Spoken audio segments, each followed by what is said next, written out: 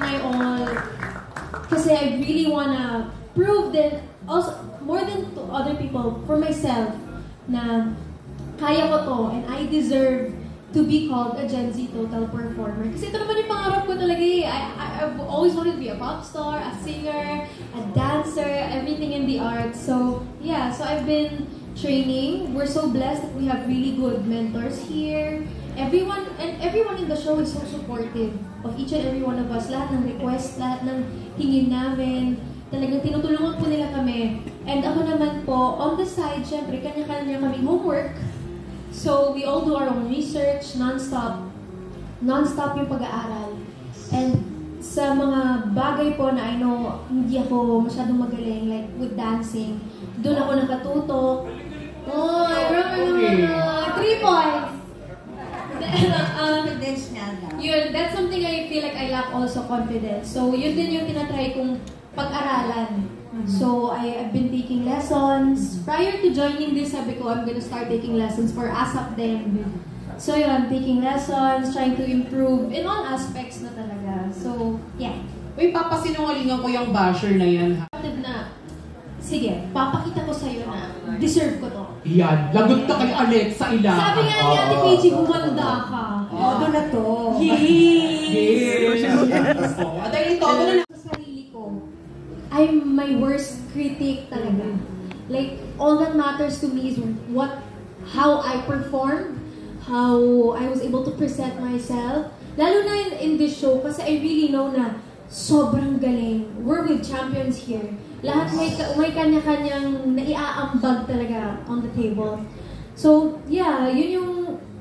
I lost my train of thought. Oh my God. Are you very competitive? I'm very competitive sa sarili ko lang.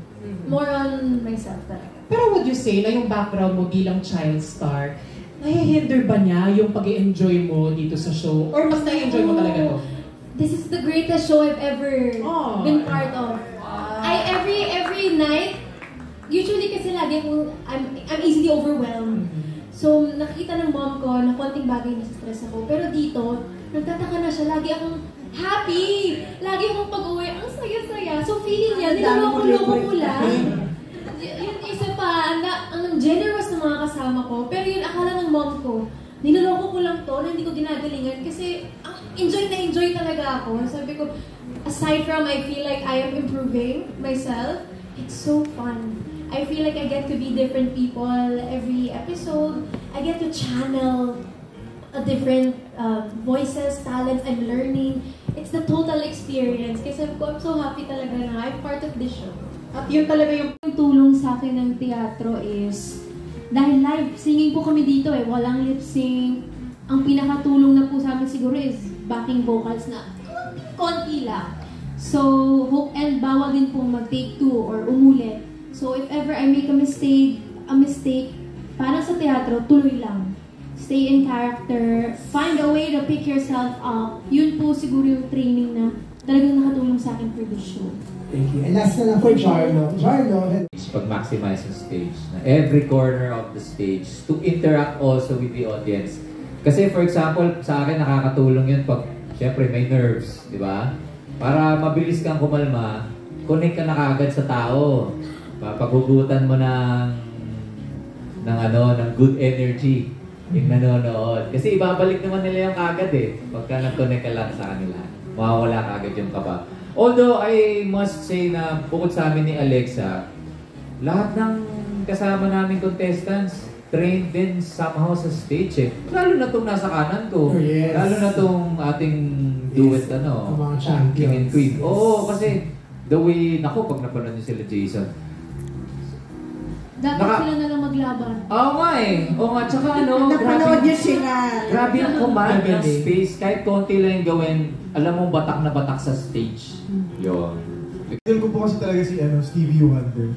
Siguro baka Stevie Wonder. Or si Freddie Mercury ng Queen. Parang gusto ko rin siyang yung ayaw baka si Sir Gary or si Sir Ogie. Kasi judge sila eh.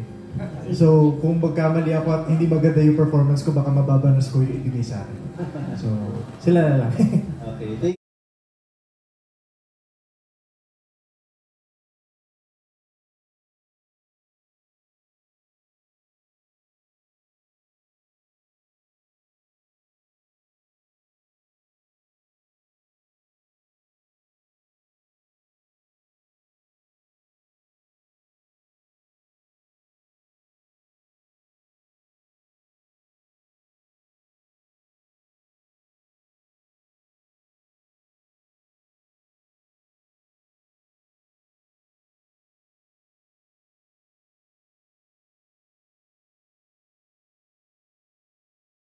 Last 2, 3.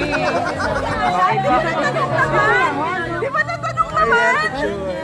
Yes po, picture na lang ho. Jamie. Okay po.